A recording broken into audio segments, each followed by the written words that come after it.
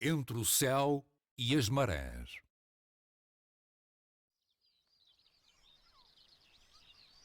Este é um dos poucos rios que correm para norte, o Sado. Já muito perto do Atlântico, as suas águas, confrontadas com a orografia envolvente, formam um grande estuário. Separado do oceano pelo extenso cordão dunar da península de Troia, o estuário do Sado proporciona características excepcionais à vida selvagem, principalmente às aves aquáticas. É uma área classificada como reserva natural e também como zona úmida de importância internacional, segundo a Convenção de Ramsar.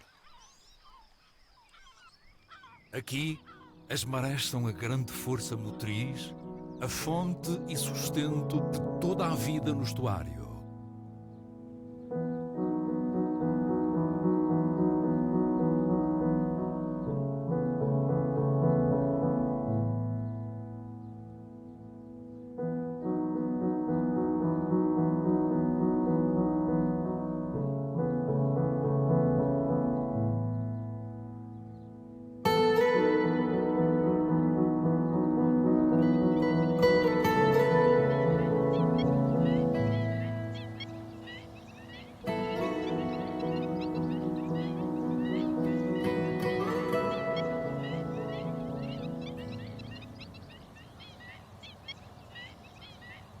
Com a baixa da maré, a vida aqui fervilha. À medida que as águas recuam, as aves começam a chegar às zonas que ficam a descoberto. Dezenas de espécies esperam pela baixa mar para se alimentarem de pequenos moluscos e crustáceos. Nestas zonas de sedimentos em torno dos canais, situam-se comunidades de invertebrados que vivem normalmente a 2 ou 3 centímetros de profundidade, alojados no lodo. São principalmente crustáceos e moluscos, como o minhocão, o caranguejo verde e búzios, entre outros. Estes organismos desempenham um papel crucial na reciclagem de nutrientes das águas e na sua depuração relativamente a substâncias tóxicas. São também a maior fonte de alimento para os animais do estuário.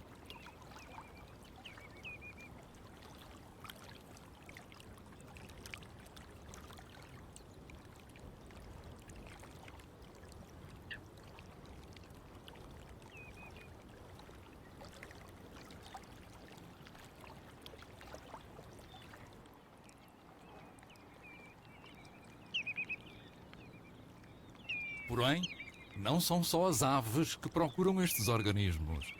Os humanos também os apreciam.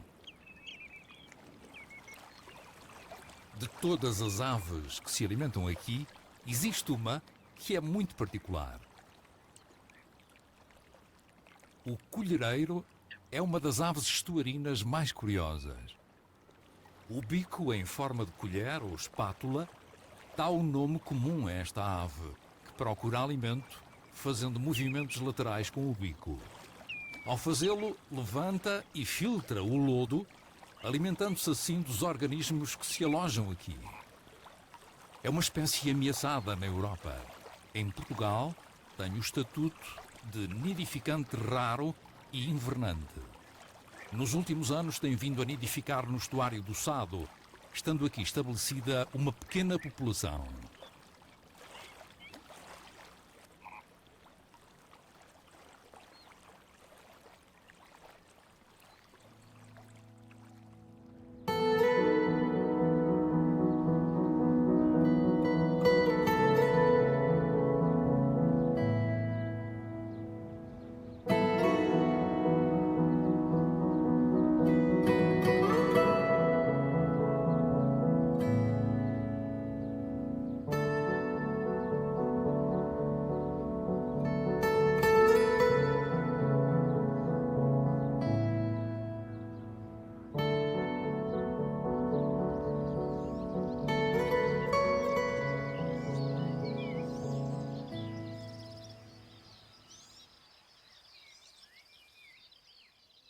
O sapau é o habitat com maior biodiversidade no estuário, de extrema importância para animais marinhos e estuarinos, servindo de maternidade para diversas espécies de moluscos, crustáceos e peixes.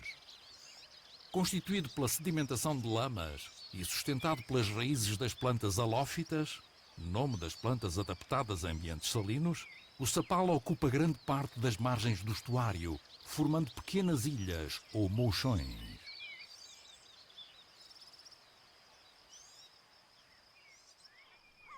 Na primavera, a vegetação arbustiva presente nestas pequenas ilhas oferece o local perfeito para as colónias de garças brancas pequenas, colhereiros e também gaivotas de patas amarelas. As colónias de colhereiros e garças são por vezes mistas, estando as crias das duas espécies lado a lado, em ninhos contíguos. Muitas vezes não se sabe onde acaba um e começa o outro. Esta é uma estratégia que lhes confere proteção contra possíveis ataques de predadores. O isolamento das margens é outro fator fundamental, pois aqui as aves estão afastadas de predadores terrestres, podendo nidificar em maior segurança.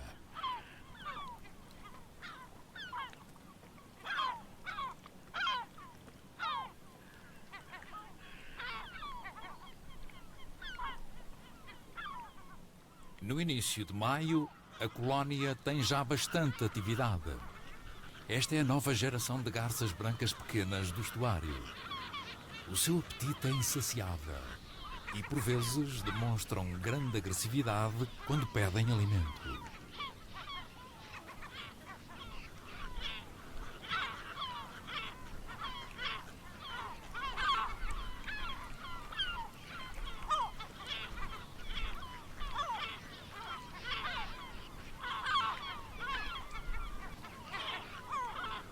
Enquanto as crias aguardam impacientes, os progenitores alimentam-se nos canais do sapal.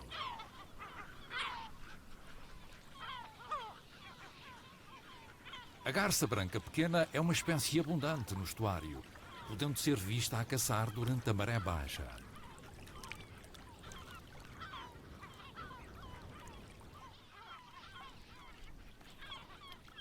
Os sapais são dos habitats em maior perigo.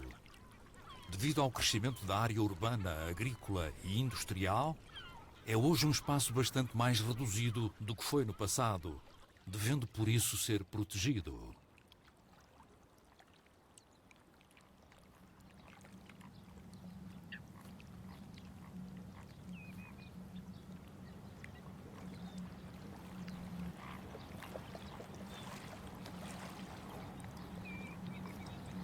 Todos os anos, entre o verão e o outono, milhares de flamingos adultos regressam das zonas onde nidificaram no sul de França e Espanha.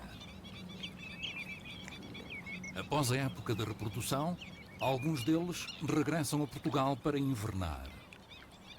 A população do estuário do Sado é a segunda maior do país, contando cerca de 4.000 indivíduos no pico do inverno. A maioria dos juvenis permanecem por aqui grande parte do ano, até atingirem a maturidade sexual, o que acontece por volta dos 3 anos. Durante esse período, começam gradualmente a dispersar-se por outras zonas úmidas mediterrânicas. É uma ave muito emblemática dos estuários portugueses. A cor rosada dos adultos e a sua elegância deixam fascinado qualquer observador de aves.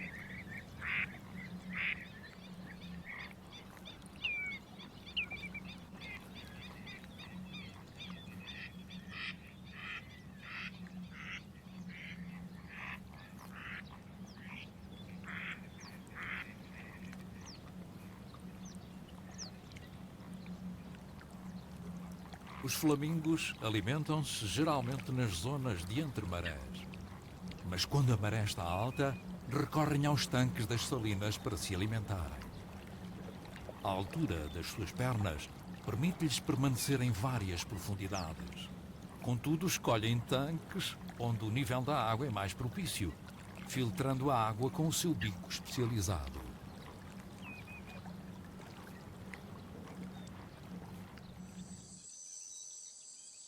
O estuário do Sado é uma zona de grande produção agrícola, principalmente de arroz.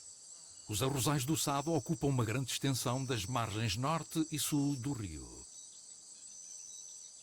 Estas terras são irrigadas por canais de rega provenientes de barragens a montante e estão protegidas das marés por diques ao longo do rio.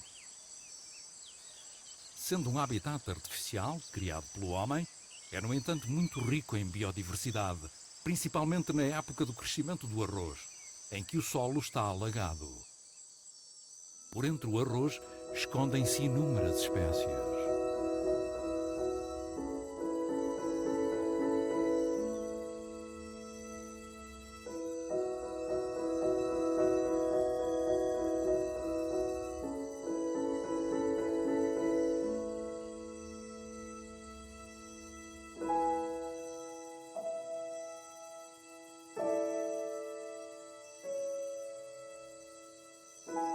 Não admira, portanto, que com alimento em abundância, os arrozais estejam povoados por bandos de aves, cegonhas, colhereiros, garças de várias espécies e, mais recentemente, há ibis pretas que encontram aqui alimento.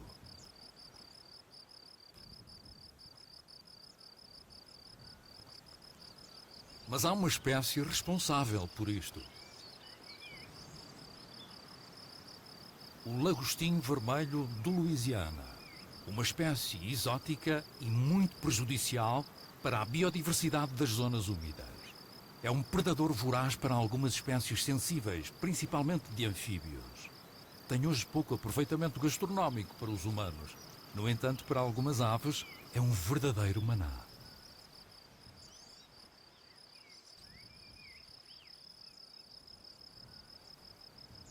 Uma espécie que tem vindo a aumentar o seu número no estuário é a ibis preta. No século XIX, era uma ave abundante em vários locais da Península Ibérica, principalmente no sul de Espanha, tendo depois entrado em declínio durante o século XX. Agora estão de novo a recuperar. Embora se chame ibis preta, a sua cor é acastanhada. Esta ave é muito similar aos maçaricos, na forma do corpo e do bico. Em certas regiões, dão-lhe mesmo o nome de maçarico preto. Contudo, e por incrível que pareça, pertence a uma família completamente diferente, a dos colhereiros. Exibe uma plumagem bastante mais brilhante e metalizada que os seus primos. Quando o sol incide sobre as penas, ganha ainda mais cor, gerando um fenómeno de iridescência. São vistas regularmente em pequenos bandos nos arrozais. Alimentam-se de larvas de insetos, pequenos peixes, anfíbios e também crustáceos. O seu número tem vindo a aumentar no estuário e neste ano de 2012 nidificaram pela primeira vez aqui, ainda que em pequeno número.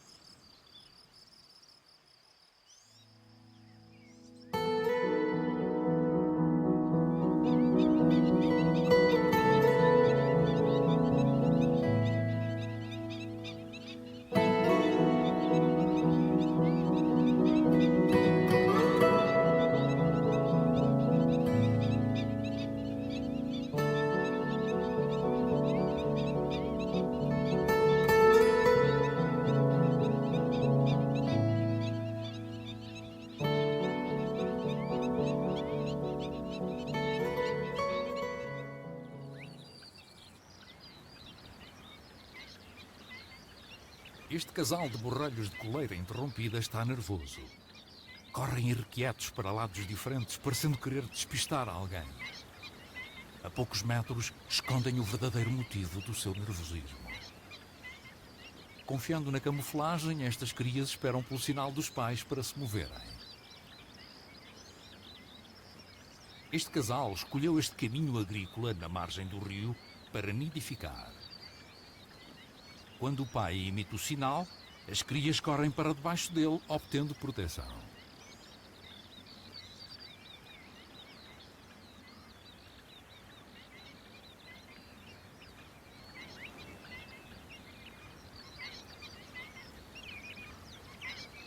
Esta jovem cria sente o perigo e esconde-se rapidamente.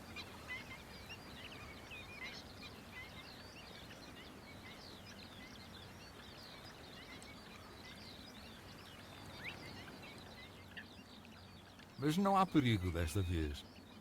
É só um pequeno escaravelho que passa por perto.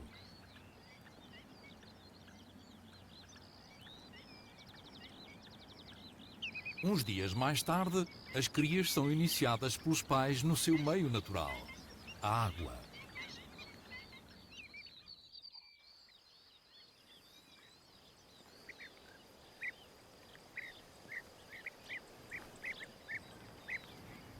O solo arenoso que circunda o estuário é o local ideal para esta colónia de abelharucos construir os seus ninhos. Escavam aqui túneis no solo que podem chegar a 2 metros de profundidade. O abelharuco é uma ave migratória que regressa todos os anos na primavera para nidificar. Vem das savanas e zonas áridas do norte da África e é talvez uma das aves de aspecto mais exótico da nossa avifauna. Machos e fêmeas fazem voos constantes nos arrozais e campos agrícolas ricos em insetos. Como o nome indica, a sua dieta baseia-se principalmente em abelhas e vespas, podendo também ingerir outros insetos voadores, como moscas ou borboletas. Nesta altura do ano, têm em média 4 crias para alimentar, e por isso as viagens são constantes. É muito frequente usarem as vedações agrícolas como poleiros, onde pousam antes de entrar nos ninhos. Ao entrar, estão particularmente vulneráveis a predadores como cobras. Por isso convém verificar se não há qualquer perigo por perto e só então entrar nos ninhos.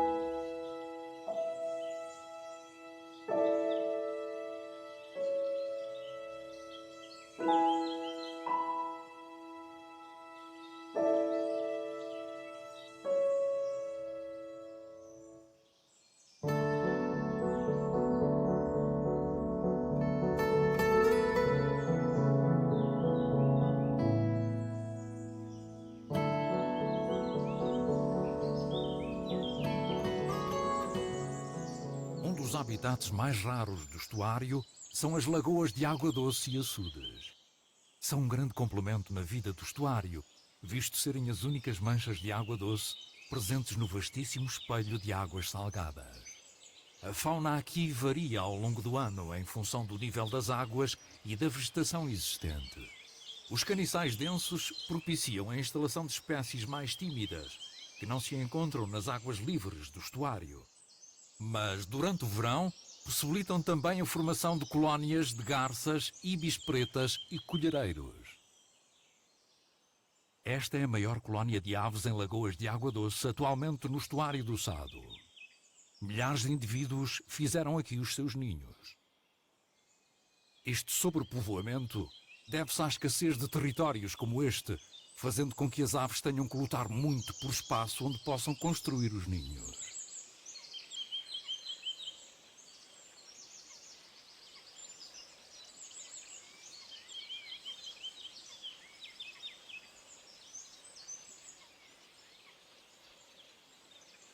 A águia sapeira. Este predador alado é especialista a patrulhar este tipo de vegetação densa, fazendo voos baixos em busca de pequenos mamíferos, anfíbios e crustáceos escondidos nos caniços.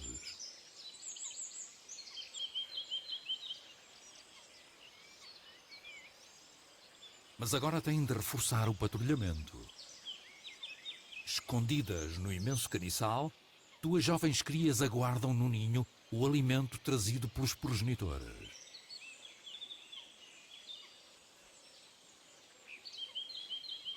No entanto, a águia sapeira não é a única a caçar aqui. Também no caniçal o lagostim vermelho prospera, atraindo outros predadores como esta garça branca pequena.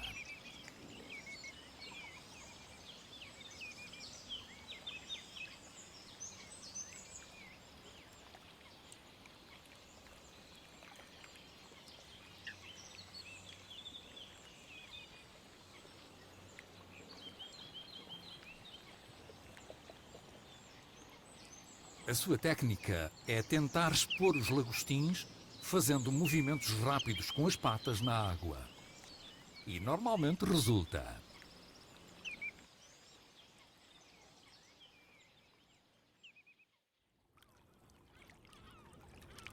O estuário do Sado constitui uma das principais zonas úmidas de Portugal, de extrema importância para a biodiversidade e para a conservação de espécies e habitats ameaçados, particularmente a avifauna. Aqui podemos observar cerca de metade das espécies de aves existentes em todo o país. São também decisivas algumas atividades humanas, como a salicultura, agricultura e pescas sustentáveis, que podem contribuir para o equilíbrio deste grande ecossistema. Entre o céu e as marés, repousa este fascinante mundo natural. Cabe-nos a nós respeitá-lo e protegê-lo, para que continue a ser um santuário de vida selvagem.